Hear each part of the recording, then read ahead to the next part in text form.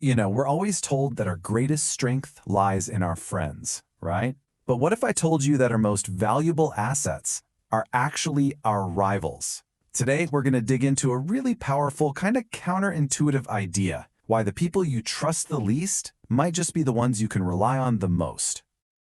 So, let me ask you a direct question.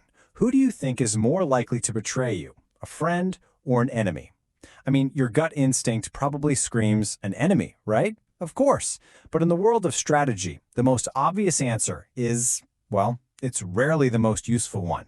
The real threat, the one you don't see coming, often comes from a place you least expect. And this is exactly where we flip our usual assumptions upside down. See, with a friend, loyalty is often based on emotion, and that can be dangerously unpredictable. They can get envious of your success. They might start to take you for granted. Familiarity can, breed contempt. But a rival operates on pure, rational self-interest. They have everything to prove. Their goals are usually crystal clear, and if you give them a chance to join your team, they have to demonstrate their loyalty, just to survive. This all leads us to a really powerful strategic principle. Law 2. Never put too much trust in friends. Learn to use enemies. Now, hang on, this isn't about being cynical or paranoid. Not at all. It's about understanding human nature and motivation on a much, much deeper level. It challenges us to look past our personal feelings and see the strategic landscape for what it really is.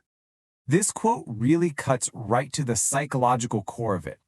A friend might betray you in a flash of anger or a moment of jealousy, a totally emotional reaction. But a former rival you've brought into your circle, they don't have that luxury. For them, loyalty isn't a gift, it's a necessity. They are constantly on audition, and that burning need to prove their worth can be a way more reliable motivator than just affection.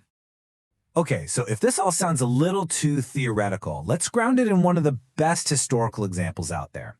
We're heading back to 1861. The United States is literally on the brink of civil war, and a pretty inexperienced president, a guy named Abraham Lincoln, has just taken office. What he did next would defy every rule of politics. So Lincoln didn't surround himself with his buddies and loyal supporters. No, he did the exact opposite. He created what history now calls the team of rivals. He appointed his fiercest political competitors. We're talking about men who actively campaigned against him, and frankly, didn't think he was all that great, to the most powerful jobs in his cabinet. So why would he do that? Because he knew their massive ambition and incredible talent, if he could just channel it properly, would serve the nation way better than the blind loyalty of his friends. And guess what? It worked. They all competed to outperform each other, and in doing so, they helped win the Civil War. So the crucial point is, what in the world does a 19th century war cabinet have to do with us today? Everything. This is not just a history lesson. It's a masterclass in modern strategy. It applies to the boardroom, to a creative project, to literally any competitive field you can think of. So how do we actually apply this? It all starts with a new mindset. First, you've got to recognize that hiring friends can bring in all these emotional complications that just get in the way of competence. Second, find a rival whose self-interest actually lines up with your goals, a situation where their success is tied directly to your success. And third, create clear opportunities for them to prove their value. You're not asking for friendship here. You're leveraging ambition for a win-win. So I'll leave you with this question. Just look around your own world, at work, in your projects, even in your community. Think about the people you compete with, the ones whose drive you might secretly admire. And then ask yourself this: whose ambition could you be putting to better use? The answer might be standing right there in front of you, just disguised as your biggest rival.